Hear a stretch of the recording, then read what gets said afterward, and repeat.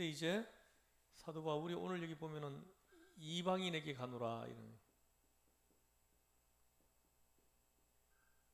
그래서 이방 선교를 다시 한번 선포합니다. 그 사도 바울이 최초로 이방 선교를 선포한 곳이 어디인지 기억하세요? 했잖아요. 여기 14장에서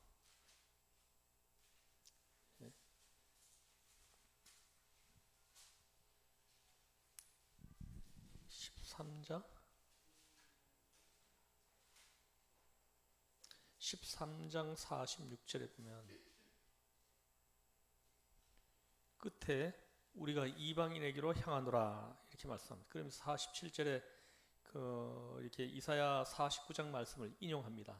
내가 너를 이방의 빛으로 삼아 너로 땅 끝까지 구원하게 하리라 하셨느니라 하니, 이사야 49장 말씀을 좀 인용하고 있는데요. 이 말씀을 근거로 해가지고 이제 나는 이방인들한테 복음을 이제 전하겠다 이렇게 선포를 하는 거죠. 이제 사도 바울이 하나님께서 자기를 부르신 그 부르심을 이제 정확하게 파악을 좀 하고 있는 바로 그 시간입니다. 사실 사도 바울은 아직까지 정확하게 부르심에 대해서 좀 정확하게 좀 파악이 좀 안 돼 있었어요. 부활하신 예수님이 자기에게 나타나 가지고 자기를 만나 주시고, 그리고 그 구원의 은혜를 주신 그 이유, 그리고 또 자기를 이렇게 사역자로 부르신 거, 나를 무엇을 이제 위해서 불렀고 무엇을 하기를 원하는지 정확한 파악이 아직 없었다는 거죠. 이때 지금까지만 해도. 근데 이때부터 이제 이방인 선교를 위해서 하나님이 자기를 부르셨다라는 거, 이걸 이제 정확하게 이제 알게 되는 그런 귀한 시간입니다. 여기 보면 13장 여기에서는 여기가 어디입니까? 여기가 비시디아 안디옥이죠. 그래서 이제 비시디아 안디옥에서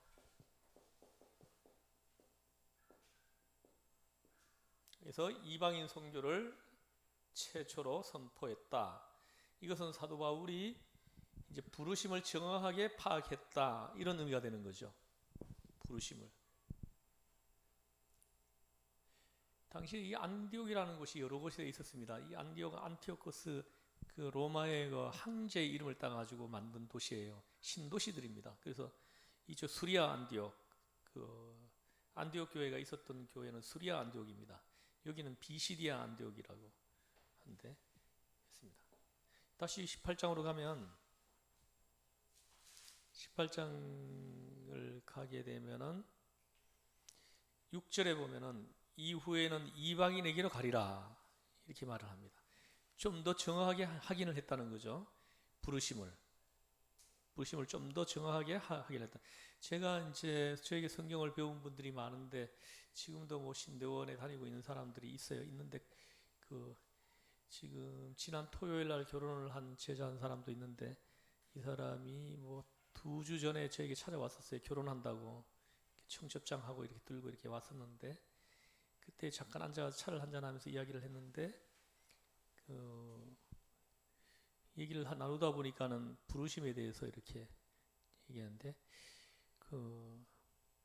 한 전사님은 부르심이 무엇인지 그걸 정확하게 파악하고 있는지 그랬더니 자기는 아직도 정확하게 모르겠다 이렇게 얘기를 하더라고요. 부르심을 아직 정확하게 모르겠다는 거죠. 근데 뭐 이 전사님 아직도 목사 안수를 받기 전이니까, 목사 안수 받기 전에 이 부르심을 파악한 사람은 많지 않습니다. 그래도 목사 안수 받기 전에 부르심을 파악한 사람들이 또 많이 있어요. 그리고 또 보면 목사 안수를 받고도 10년 넘게 목회를 한 사람들 중에도 보면 부르심을 모르는 사람이 있어요. 하나님께서 자기를 왜 부르셨는지, 무엇을 위해 부르셨는지 이걸 정확하게 모르는 사람들이 있다는 거죠. 근데 이 사역자로 하나님이 나를 부르셨을 때는 그 주께서 나에게 시킬 일이 있어서 부르셨다는 거거든요. 근데 그게 무언지 정확하게 모른다라는 거죠. 우리 동기들 중에도 보면은 이렇게 신대원 졸업하고 10년 동안 부목사로 있다가 이렇게 뒤늦게 이렇게 교회를 개척하는 분들이 꽤 있어요. 근데 그분들 중에 보면은 교회를 하나 세우라는 이런 이제 부르심에 의해 가지고 세우는 분들도 있지만 불러주는 데가 없으니까 갈 곳이 없어 가지고 개척을 시작하는 분들도 있다라는 것이 느껴진다라는 거죠. 그러니까는 이제 그 부르심을 정확하게 모른다는 거죠. 그래서 우리 그리스도인들은 부르심을 정확하게 파악하고 있다라는 것은 그 영적인 지혜입니다. 그러면은 방황하지 않거든요. 부르심이 어디에 있는지 이걸 정확하게 알고 있는 사람들은 고민이 없어요. 갈등이 없습니다. 왜냐하면 그 일을 그냥 하면 되니까 아무런 방황이 필요하지 않죠. 감사하게도 하나님께서는 저에게 이렇게 그렇게 방황하는 시간을 거의 안 주셨어요. 저는 신대원 졸업하자마자 바로 개척을 하게 하셔가지고 안수도 받기 전에 신대원 2월 달에 졸업하고 3월 달에 교회를 개척했으니까 하나님의 부르심이었던 것 같아요. 자, 그럼 이제 사도 바울이 이방인 선교 이 부르심을 이제 파악하게 된 동기가 뭐냐? 이 동기가 뭐죠? 동기가 뭐예요? 이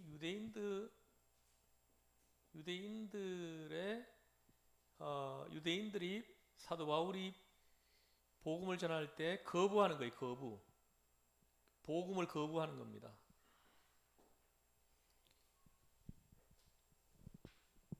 사도 바울이 그렇게 애를 쓰면서 복음을 전하는데도 저들이 복음을 거부하는 거예요. 안 받아들이는 것입니다.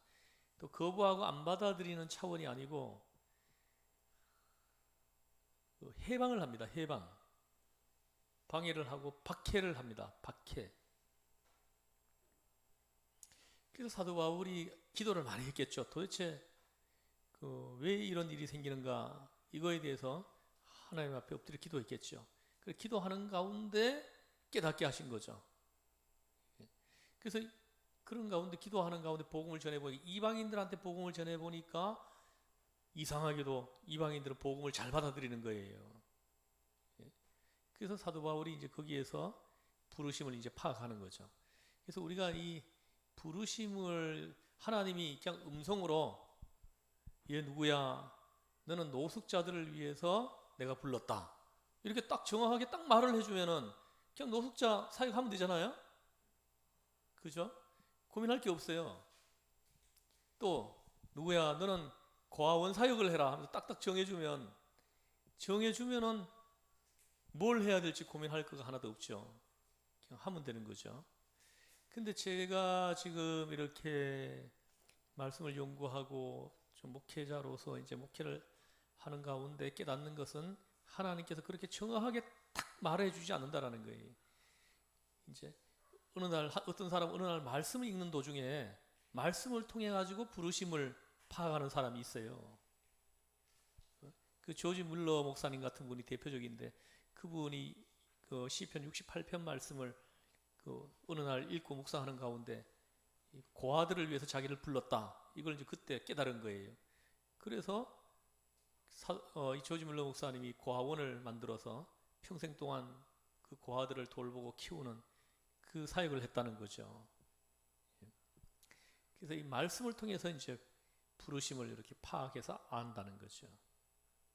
기도하는 가운데 또 말씀을 읽고 묵상하는 가운데 말씀을 공부하는 가운데 그 부르심을 파악하게 한다는 거예요.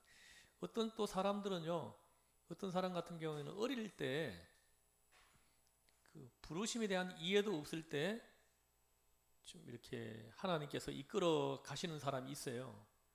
어떤 사람은 얘기해요. 자기가 초등학교 초등학교 다닐 때부터 자기는 의사가 되고 싶었다는 거예요. 의사가 되고 싶었는데 그 생각이 한 번도 바뀐 적이 없다는 거죠. 그래 의사가 되려고 하니까 중학교, 고등학교에서 열심히 공부를 하게 되고, 그리고 대학교도 의대 쪽으로 들어가고 이렇게 되더라는 거죠. 그래서 그 사람은 의사로 부르심을 받았다라는 것을 어릴 때 직감하는 거죠. 직감해가지고 하나님의 이끄심을 받아가지고 그쪽으로 쭉 가는 거죠.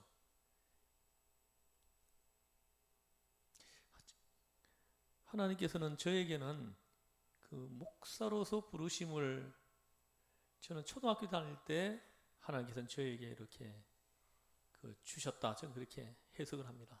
저를 이끌어 오신 거예요. 제가 초등학교 다닐 무렵에 이제 목사가 된다, 목사님이 되고 싶다, 목사가 되겠다, 이런 말을 저는 어려서 잘 기억이 안 나는데 어머니가 그렇게 얘기를 하더라고요. 너는 초등학교 5학년 때부터 목사가 된다 그랬다, 이런 이야기를 하시더라고요. 그래 하는데, 근데 이 생각이 제가 한 번도 바뀐 적이 없어요. 뭐 제가 그렇게 뭐 광산에도 가고 원양어선도 타고 다니고 뭐 직장 생활도 해보고 다 했지만은 다른 걸 하면 재미가 하나도 없어요. 그래서 이쪽으로 내가 목사가 되기 위해서 어떤 행위를 하게 되면은 그게 그렇게 재미가 있고 좋은 거예요. 하나님의 영이 저를 이렇게 끌고 가는 거죠. 끌고 가시는 거죠. 그래서 하나님의 그 부르심을 파악할 수 있는 방법을 정리해 놓은 분도 있어요. 있는데 그게 이제 그 중에 하나가 이제 어릴 때부터 하나님의 성령이 이끌어가는 그런 경우, 아까 방금 제가 얘기한 그런 경우 있습니다. 자, 이 사도 바울에게는 이방인 선교는 유대인들이 복음을 거부하는 것을 보면서, 또 자기가 이방인들한테 복음을 전하면은 저들이 복음을 잘 받아들이는 거예요. 예수를 영접하고 신앙을 고백하고 세례를 받겠다고 하고. 그 사도 바울은 하나님은 나를 이방인들을 위해서 부르셨다. 어느 날 말씀을 통해서 깨달은 거죠. 사도 바울도 어디 말씀을 통해 가지고 깨달았어요? 어디 말씀을 통해서요? 이사야 49장, 아까 얘기했잖아요. 이사야 49장. 이사야 49장을 어느 날 읽고 묵상하고 있는데 이방인 선교를 위해서 자기가 부름을 받았다 하는 것을 이제 깨닫게 된 거죠. 캐치한 거죠. 그래서 이제 확신하고는 그리고 이방인 선교를 선포해 버린 거예요. 그게 아까 13장에서 또 여기서 또 한 번 선포하는 거죠. 저는 우리 시흥전원교회 모든 성도님들이 부르심을 정확하게 파악하고 있는 지혜로운 하나님의 사람들이 되기를 저는 축복합니다. 하나님께서 나를 저 수많은 세상의 많은 사람들 가운데 나를 이렇게 이끌어 가지고 제사함을 주시고 구원을 주시고 하나님의 백성 삼아 주신 것, 그 이유를, 그 부르심을 이렇게 지혜롭게 파악하고 있는 사람들이 되기를 저는 바라는 것입니다. 그러면은 뭘 해야 될지 알거든요. 그래서 다 보면요, 사실 궁극적으로 보면 복음입니다. 복음. 이 복음을 위해서 우리를 부른 거예요. 복음을 전하기 위해서 우리를 불렀는데, 어떤 사람은 목사로, 어떤 사람은 의사로, 어떤 사람은 뭐 직장인으로, 어떤 사람은 뭐 연구소, 어떤 사람은 학교 교사로,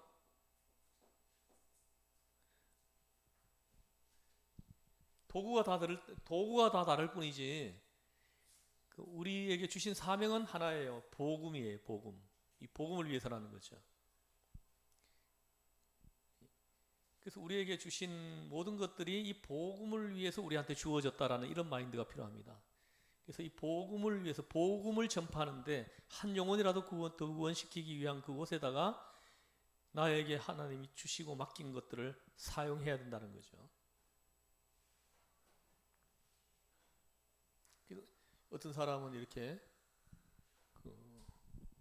직장을 다니면서, 어떤 사람은 자영업을 하면서 전부 다 틀린 거예요. 다 이렇게 도구가 다 틀립니다.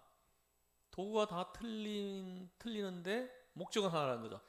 하나님께 영광을 돌리기 위해서, 하나님의 영광을 위해서, 다시 말하면 복음 전파를 위해서, 한 영혼을 더 구원시키기 위해서 우리 모두를 부르셨다는 거예요. 그래서 근데 그 부르심은 틀려요. 어떤 사람은 목사로, 어떤 사람은 뭐 직장인, 어떤 사람은 뭐 또 농부로, 어떤 사람은 업으로 막 이렇게 그 부르심이 틀린 거예요. 부르심 받은 그 자리에서 복음을 전하는 거죠. 복음을. 그래서 부르심 받은 그 자리에서 복음을 전하려면은 이런 마인드가 있으면은 뭐 술, 담배 이런 거 안 하겠죠.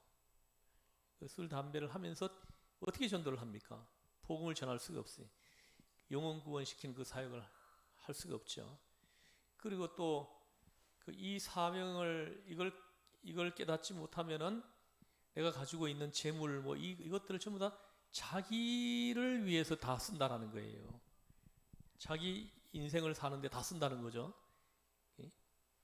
그러나 이 마인드를 가지고 있는 사람들은 자기에게 주어져 있는 그 모든 것들을 한 영혼 구원시키는 그쪽으로 계속 이렇게 투입을 한다는 거죠. 투입을 한다는 거죠.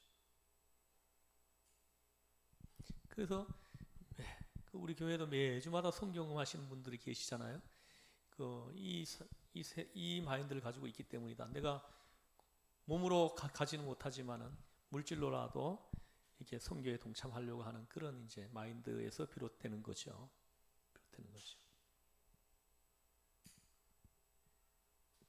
자, 이거 사도 바울이 이방 선교 이제 부르심을 파악하는 요걸 하나 좀 생각해 봤고요. 그 다음에 18장에 계속 그 다음에 보면은 5절에 보면 실라와 디모데가 마게도냐로부터 내려오매 바울이 하나님의 말씀에 붙잡혀 유대인들에게 예수는 그리스도라 밝히 증언하니 이렇게 얘기합니다. 그래서 누가 돌아왔어요?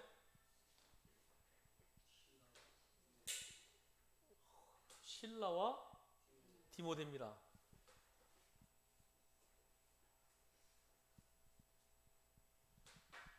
실라가 디모데 베레아에 남겨 놨었죠. 베레아에 있다가 사도 바울이 아덴을 거쳐가지고 고린도에 와 있었는데 이때 여기를 바울에게 돌아왔다는 거죠. 그래서 이 사도 바울이 브리스길라 부부, 지난주 얘기했죠. 브리스길라 부부가 합류하고 또 이 실라와 디모데 이 귀한 두 사역자가 합류했죠. 그러면서 탄력을 받는 거예요. 여기 보십시오. 이 두 사람이 내려오면서부터 바울이 하나님의 말씀에 붙잡혀 유대인들에게 예수는 그리스도라 밝히 증언하니 합니다. 탄력을 받고 있는 거죠. 이 사역이 사도 바울의 이 선교 사역이 힘을 받고 있는 거죠. 브리스길라 부부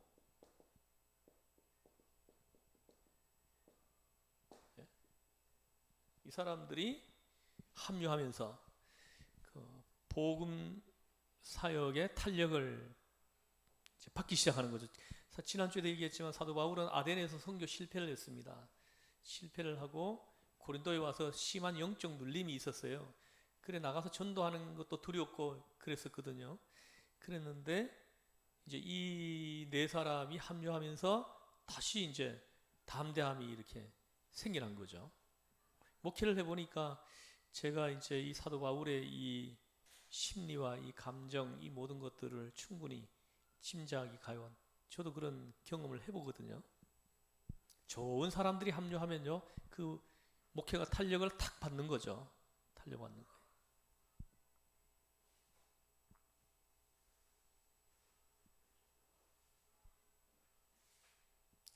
지난번 그 노회를 갔는데 몇 분 목사님이 모여가지고 차를 한잔하면서 이야기를 좀 나누는데 그 중에 한 분이 자신이 목회하는 교회 장로님을 그렇게 자랑하시더라고, 자랑을. 나는 이렇게 이렇게 너무 이렇게 좋은 장로님을 모시고 목회를 해가지고 너무 목회가 재미있다, 이렇게 얘기를 하시더라고요. 저도 얘기했죠. 예, 저도 우리 교회도 너무 훌륭하고 귀한 장로님이 계시다, 너무 하면서 이렇게 얘기하는데 참 너무 좋더라고요. 이렇게 장로님을 자랑하니까 너무 좋더라고요. 요즘 보면은 이렇게 장로님 때문에 목회 못하겠다고 하는 분들이 굉장히 많거든요. 굉장히 많은데 정말 오래간만에 들어봤어요. 이 장로님을 이렇게 자랑하는 목사님을 진짜 오래간만에 제가 들어봤습니다. 그래서 너무 기분이 좋았어요. 그래서 그분 같은 경우에는 그런 귀한 장로님이 옆에서 이렇게 협력해 주시니까 이분은 목회하는 것이 굉장히 순조롭고 힘을 받는 거죠. 하는 거죠.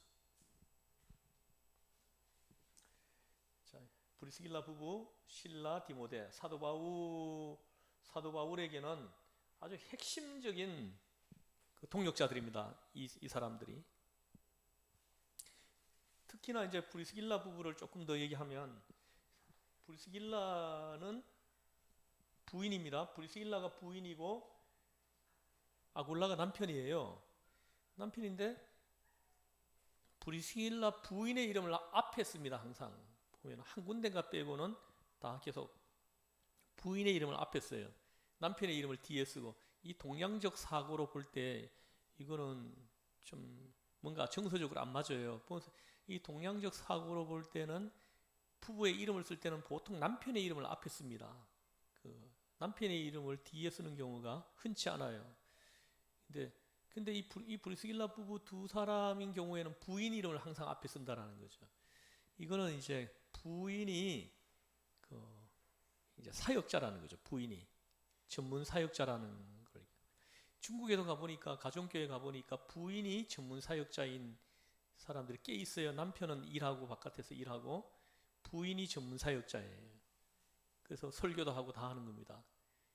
그런데 그 남편은 바깥에서 일을 해가지고 부인의 사역을 돕는 거예요. 도와가지고 협력하는 거죠. 굉장히 아름다운 모습이죠. 그렇게 하는 거예요. 그래서 어쨌든 이 브리스길라 부부 같은 경우에는 부인이 전문 사역자다, 이거는 좀 짐작해 볼 수가 있습니다. 그리고 이 두 사람은 정말 충성스러운 사람이에요. 그래, 사도 바울은 이방인 선교 얘기했죠. 이방인 선교를 위해서 부르심 받았다.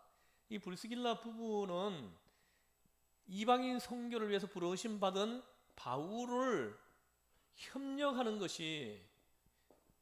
협력하기 위해서 부름 받았다, 이걸 알고 있는 거죠. 파악하고 있는 거예요.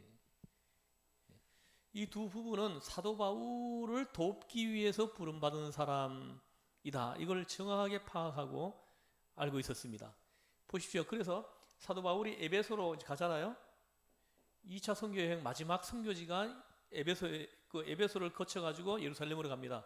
그때 이제 브리스길라 부부하고 이제 이렇게 에베소 선교에 대해서 이야기를 나눴겠죠. 그럴 때 사도 바울이 예루살렘을 갔다 왔습니다. 예루살렘에 가서 2차 선교 여행 보고를 한 거예요. 2차 선교 여행 다녀오고 난 다음에 예루살렘으로 가가지고 2차 선교 여행 보고를 했어요. 보고를 하고 그 다음에 3차 선교 여행을 떠나잖아요. 이제 18장에 이제 2차 선교 여행이 끝납니다. 그 뒤에 이어서 나옵니다. 3차 선교 여행을 이제 떠나가지고 에베소로 가잖아요. 3차 선교 여행은 에베소에서만 3년 동안 머뭅니다. 이 에베소에 갔을 때 이미 브리스길라 부부는 에베소에 가 있었어요. 가가지고 거기에서 사도 바울이 에베소에 올 때를 대비해가지고 필요한 것들을 다 준비해 놓고 있었다라는 거죠. 그래서 이 에베소 교회가 브리스길라 부부의 집에 있었다, 이렇게 성경은 기록을 하고 있어요. 그의 집에 있는 교회에도 이렇게 얘기를 합니다. 이 에베소 교회가 브리스길라의 집에서 시작됐다라는 거죠. 로마 교회도 그래요. 다시 나중에 사도 바울이 로마로 갔을 때 이미 브리스길라는 로마에 먼저 가 있었습니다. 먼저 가서 사도 바울이 올 때를 대비해가지고 만반의 준비를 다 해놓고 기다렸다는 거죠. 그래서 로마 교회도 브리스길라 부부 집에 있었다고 이렇게 성경이 기록합니다. 로마서 16장에 보면은 그의 집에 있는 교회도 문안하라 이렇게 얘기를 합니다. 로마 교회가 브리스길라 부부 집에 있었습니다. 그래서 사도 바울이 왔을 때에 그 이 복음 전파 사역을 아주 이렇게 좀 시작하는데 어려움이 없도록 그렇게 지혜롭게 이렇게 준비를 해드렸다라는 거죠. 그래서 이 부부는 사도 바울을 위해서 부름을 받은 사람이다. 이 부부가 이 인식이 있었어요. 그래서 사도 바울의 선교 계획을 이제 설명 듣고는 그 선교 계획이 이루어지도록 하려면 어떻게 해야 되느냐 이걸 늘 생각했던 부부예요. 그래서 그것이 이루어지도록 하는데 필요한 모든 것들을 했다는 거죠. 참 너무나 아름다운 부부예요. 아마 이 하늘에 가면은 이 두 부부의 상급이 클 거예요. 아마 너무 아름다운 지위, 천국에서 이 부부가 아주 이제 그 예수님 총애를 받고 있으실 거다 그렇게 생각을 합니다. 이 굉장히 중요한 거예요. 하나님께 나를 무엇을 위해서 부르셨는지 그걸 정확하게 알고 있는 사람, 이런 사람들이 은총을 받은 사람들이에요. 그리고 그 내가 무엇을 위해서 부르심 받았다는 것을 내가 파악을 하면은 그것을 이루려고 하는 거죠, 그죠? 그것이 이루어지게 하려면 내가 무엇을 해야 되고 어떻게 해야 되는지 이런 것들을 이제 알게 되는 거죠. 그러면 이런 사람들은 인생에 고민이 없어지는 거예요. 그냥 그 일을 그냥 부지런히 성실하게 충성스럽게 이렇게 해나가는 거죠. 저도 뭐 어떻게 이제 임종할 때까지 주님 부르심 받아가지고 하늘나라 갈 때까지 임종할 때까지 내 인생 계획을 다 세워놨습니다. 그게 보여요. 제가 걸어갈 길이 어떻게 해야 될지 그게 보입니다. 그래서 그 길 쭉 이제 갈 거예요. 그러니까 그 마지막에 내가 이제 주님 부르심을 이제 받을 때 제가 평상시에 기도하고 이렇게 그림으로 그렸던 그런 모습으로 좀 임종할 수 있도록 그렇게 기도하는 거죠. 자, 이 브리스길라 부부를 조금 더 생각해 봤고요. 이 신라는 실루아노로 추정되는 사람인데 이 실루아노는 베드로하고도 굉장히 이렇게 많이 협력을 하죠. 이 사람은 나중에 베드로 전후서를 보면은 이 실루아노가 발신자로 나와요. 이렇게 베드로 전후서를 대필한 사람이에요. 이 사람. 이 디모데는 루스드라에서 만나가지고 그때부터 합류했던 사람이에요. 디모데에 대해서는 내가 자세히 설명했기 때문에 더 이상 뭐 설명은 하지 않겠습니다.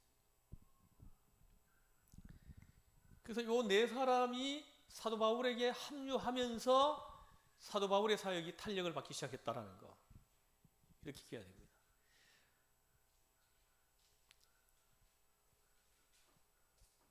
그래서 우리가 좀 기도할 때 좀 전도의 문이 열리게 해달라고 좀 기도했으면 좋겠어요. 사도 바울도 편지를 읽어보면 전도의 문이 열리게 해달라고 기도를 많이 부탁해요. 내가 어디를 갈 때 전도의 문이 열려지게 해서 교회가 세워지게 해달라고 하는 이런 기도를 부탁하는 장면이 바울서 시내에 보면 많이 나옵니다. 그래서 우리도 교회도 기도해야 되겠습니다. 우리 교회의 전도의 문이 열리게 해달라고. 하나님의 영이 열어야 됩니다. 우리가 막 열라 그러면은 힘이 들고 안 열려요. 그래서 하나님의 영이 열어주셔야 된다는 거죠. 하나님의 성령이 열어주셔야 돼. 그래가지고 이 브리스길라 부부 같은, 디모데 신라 같은 이런 사람들이 합류해 들어오도록 그렇게 우리가 좀 기도해야 됩니다. 그래서 힘있게 우리 교회에 주신 이 사명을 감당하는 이 사역이 탄력을 받을 수 있도록 그렇게 우리가 좀 기도해 주시면 좋겠어요. 같은 비전을 가지고 같은 마인드로 좀 이걸 기도 같이 했으면 좋겠다는 거죠. 하나님의 교회가 계속 죽어 있어서는 안 되잖아요. 우리 교회가 이 복음 전파 이 사역에 탄력을 받아야 된다는 거예요. 사도 바울이 지금 탄력을 받고 있잖아요. 이들이 합류하면서 그 유대인들 때문에 힘이 다 빠져 있어요 지금요. 근데 그들에게 또다시 복음을 전하는 거예요. 이거는 다시 한번 힘이 생겨났다는 거죠. 근데 6절에 보면은 그들이 대적하여 비방하거늘 이렇게 얘기합니다. 그래서 사도 바울이 이방인 선교를 선포해 버리는 거예요. 또 한 번 선포. 나는 이방인을 위해서 불렀다라는 걸 다시 한번 파악하는 거죠. 그래서 바울이 옷을 털면서 이르되 너희 피가 너희 머리로 돌아갈 것이요 나는 깨끗하니라. 이후에는 이방인에게로 가리라 하고 이렇게 얘기합니다. 그래서 이때부터는 이제 이방인들 그 고린도 교회는 헬라인 중심으로 세워지는 거죠. 교회가. 거기서 옮겨 하나님을 경외하는 디도 유스도라 하는 사람의 집에 들어가니 그 집은 해당 옆이라 이렇게 얘기를 합니다. 이 디도 유스도는 할 때 이 디도는 그 고린도후서 7장에서 언급되는 디도하고는 다른 사람이에요. 이 디도 유스도라고 하는 사람은 그 고후 7장에 보면 디도가 중요하게 언급됩니다. 7장에. 근데 여기에서 언급되는 디도하고 여기서 말하는 디도하고는 다른 디도입니다. 같은 사람이 아닙니다. 여기 고린도후서 7장에서 언급하는 이 디도가 그레데 교회의 목회자입니다. 이 사람은 그레데 교회 목회자인 디도가 아니에요. 이 사람은.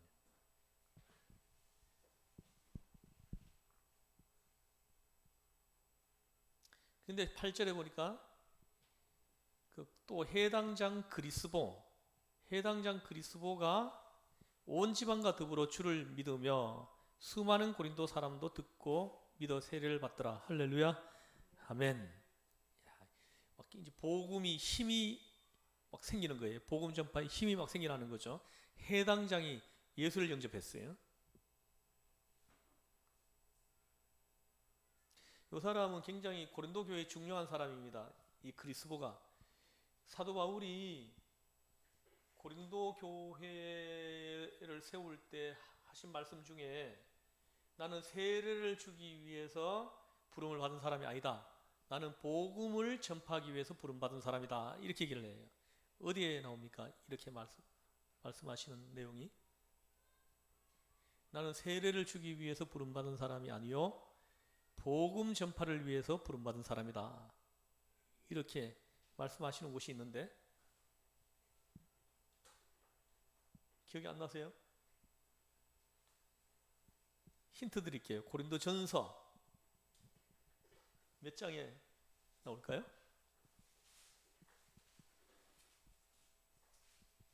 고린도전서 1장에 나오잖아요. 1장. 고린도전서 고전 1장을 한번 보세요. 1장에 보면 사도 바울이 세례를 준 사람들 이름이 나옵니다. 이름이 나오는데 세 사람인데 세 사람 중에 한 사람이 그리스보예요. 지금 그가 스데바나이죠. 가이오. 또 한 사람은 스데바나의 집사람들이라고 나오죠. 그래서 사도 바울이 고린도에서 세례를 준 사람은 이 사람들밖에 없다라는 거예요. 나는 세례를 주기 위해서 부름받은 사람이 아니다.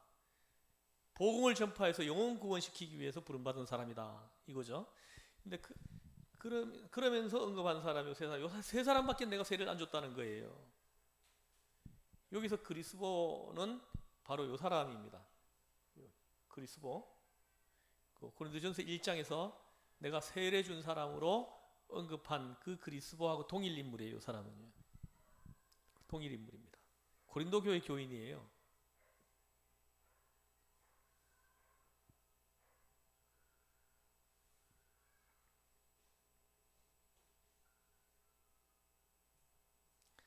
그리고 여기 보면은 이 그리스보는 참 복받은 사람이에요. 사도 바울을 만났다는 거.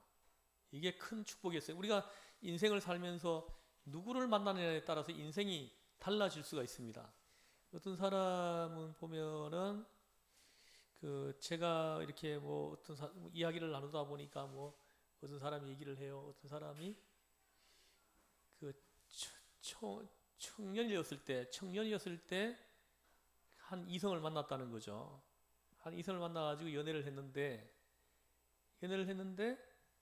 그 처녀는 지방 사람이에요. 지방 사람인데 이 청년은 서울의 사람이야. 서울 사람인데 이 청년이 지방에 뭐 이렇게 직장으로 파견을 돼가지고 내려갔다가 이제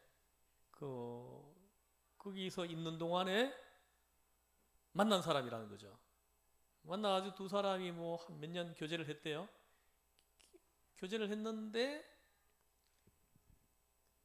결국은 안 따라 나선 거죠. 안 따라 나선 거예요. 그 사람이 만약에 그 청년을 따라 나서 가지고 서울로 올라왔다 그러면 인생이 전혀 달라졌겠죠.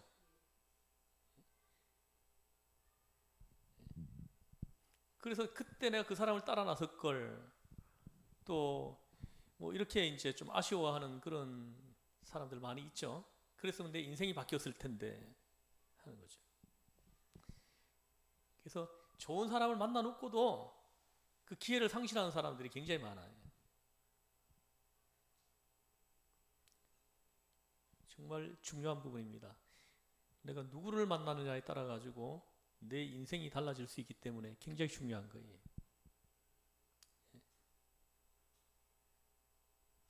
정말 귀한 하나님의 사람 옆에 있으면요, 함께 은혜를 받고 복을 받아요. 근데 또 그 반대인 사람을 만나면은 함께 망하는 거예요. 함께 인생이 그냥 이상해지는 거죠. 이 그리스도가 첫 번째 축복은 뭐냐면 바울을 만났다라는 거예요. 그 수많은 사람들 가운데 바울을 만났다는 거죠. 우리가 있잖아요. 우리 뭐 저와 장로님 또 집사님 뭐 전사님 우리가 이렇게 우리 또 이순자 성도님 좀 졸고 있으시지만은 졸고 있으시지만은 우리가 이 만남은요 얼마나 이렇게 이렇게 큰 축복의 만남인지 몰라요. 우리가 이 만남에 대한 확률이 어느 영화에서 보니까 저 한 1만 미터 저 하늘에서 실을 하나 떨어뜨려요. 실 하나 떨어뜨리고 땅에는 바늘을 꼽아놨어. 근데 그 실이 떨어지면서 땅에 꽂혀있는 그 바늘 귀에 쑥 들어가가지고 싹 들어갈 그 확률보다 더 어려운 확률이라는 거 우리가 만난 거가. 그때 난 그 영화를 보면서 야 우리의 만남이 이렇게 기적 같은 만남이구나 그런 걸 좀 생각을 좀 해봤어요. 제가 이 시흥에 와서 살 거라고 누가 짐작이 났겠어요? 우리 하나님밖에 몰랐겠죠. 시흥은 뭐 어떤 연고도 없어요. 어떤 연고도 없습니다. 생각해 보세요. 하늘에서 1만 미터 하늘에서 실을 떨어뜨렸어요. 그 실이 팔랑팔랑 내려와가지고 땅에 꽂아놓은 바늘 귀로 쑥 들어갔어. 이거보다도 더 어렵다는 거예요. 우리가 만난 것은요. 이게 만난 이 확률은 이순자 성도님 하고 저하고 이 만난 것이 이 확률이 그보다도 어려운 확률이라는 거예요. 이 만남이 축복의 만남이 돼야 되지. 그죠? 근데 이 만남이 깡패하고 만남이 되고 사기꾼하고 만남이 되고 막 이런 만남이 된다 그러면 어떻게 되겠습니까? 귀한 하나님의 사람하고 그 만남이 이루어졌다라는 거, 이게 내 인생의 큰 은총이라는 거죠. 이 그리스도가 이렇게 큰 복을 받은 사람이 바울을 만났다는 거. 바울을 만나가지고 복음을 전해들었죠. 바울을 만났다는 것이 첫 번째 축복이고, 바울을 만나가지고 복음을 전해 듣는데 그 복음이 믿어졌다는 거예요. 이게 두 번째 축복이에요. 보세요. 이 만나기만 하면 뭐합니까? 그죠? 만났다가 기회를 놓친 사람들이 얼마나 많아요. 많습니다. 근데 이 그리스도는 바울이 전해주는 그 복음을 들었는데 그 복음이 믿어졌다는 거죠. 예수가 나의 구주 되심이 믿어졌다는 거죠. 그리고 예수를 구주로 신앙을 고백했다는 거죠. 이게 두 번째 축복이에요. 그리고 온 집안과 더불어 이렇게 얘기합니다. 온 집안이 함께 복을 받았다라는 거죠. 저는 여러분 주변에 이런 가정이 많기를 축복합니다. 예. 여러분을 통해 가지고 어느 한 가정이 수북이 다 예수 믿는 거예요. 수북이 다 예수를 영접하는 거예요. 할렐루야. 저는 제가 꿈꾸는 거예요. 이런 우리 교회 성도님들이 한 분 한 분이 다 그런 가정을 만드는 거죠. 한 가정을 그냥 수북이 다 한 가정 식구들이 다 예수를 영접하는 거예요. 예수를 영접하고 예수를 고백하고.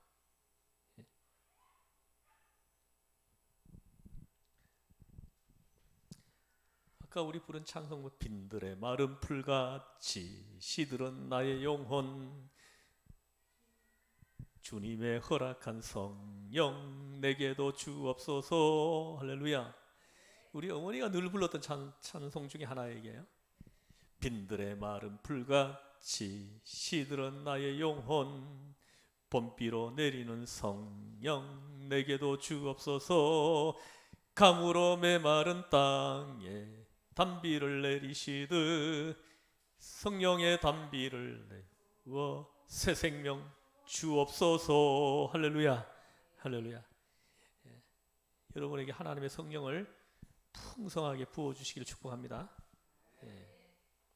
그리고 9절에 보니까 밤에 주께서 환상 가운데 바울에게 말씀하시되 두려워하지 말며 침묵하지 말고 말라라. 할렐루야. 이제 탄력을 받았어요. 탄력을 받고 있는 상태에 이렇게 대적자들이 나타난 거예요. 이럴 때 또 잘못하면은 또 있잖아요. 그 힘을 잃기 쉬워요. 그럴 때 환상 중에 주님이 나타나 가지고 입을 닫지 말고 담대하게 입을 열으라고 지금 얘기하는 거예요. 침묵하지 말고 말하라. 복음을 전하라 하고 얘기를 하는 거예요. 그래서 이 고린도 교회의 복음이 이렇게 전파되고 있는 것입니다. 그리고 10절에 보면은 내가 너와 함께 있음에 어떤 사람도 너를 대적하여 해롭게 할 자가 없을 것이니 이는 이 성중에 내 백성이 많음이라 하시더라. 아멘. 제가 이 말씀 때문에 제가 눈물을 막 쏟은 적이 있어요. 제가 이 소년원 사역을 지금 13년, 14년째 지금 하고 있는데 14년 차로 하고 있는데 한 7, 8년 했을 때인가 그때가 여름 이럴 때예요. 가니까는 전부 다 반팔 다 입고 있어요. 애들이 반바지 입고 반팔 입고 있는데 애들이 전부 다 문신 덩어리예요. 애들이 그날따라 문신하는 애들이 너무 많아. 3분의 2가 문신을 했어요. 한 100여 명 아이들이 나와 앉아 있는데 문신 안 한 아이를 찾는 게 더 어려웠어요.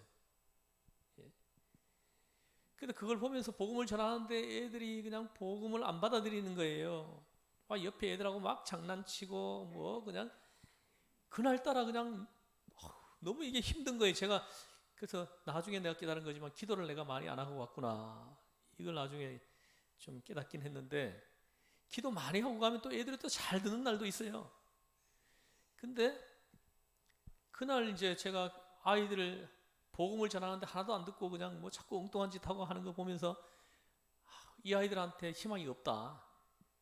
내가 이제 다음 주부터 안 올 거다. 그러면서 복음을 전했어요. 그리고는 마치고는 돌아오는데 그 이렇게 운전을 해가지고 교회로 오고 있는데 눈물이 글썽글썽 나오는 거예요. 지금 저 애들을 그냥 버려야 되냐? 근데 그때 또 올려주신 말씀 이 말씀이에요. 이 성중에는 내 백성이 많이 있다. 저 아이들 중에는 내 백성이 있다. 내 백성이 있다. 이렇게 나한테 막 들리는 거예요. 그럴 때 왈칵하고 눈물이 막 쏟아지는 거예요. 그래서 제가 하나님 제가 그러면 목회 은퇴할 때까지는 나를 오지 말라고 하기 전에는 내가 목회 은퇴하는 날까지 제가 가서 아이들한테 복음을 전해주겠습니다. 그렇게 내가 그때 기도했어요. 저 아이들 중에 내 백성이 있다고 하는 거예요. 이 성 중에는 내 백성이 많이 있다.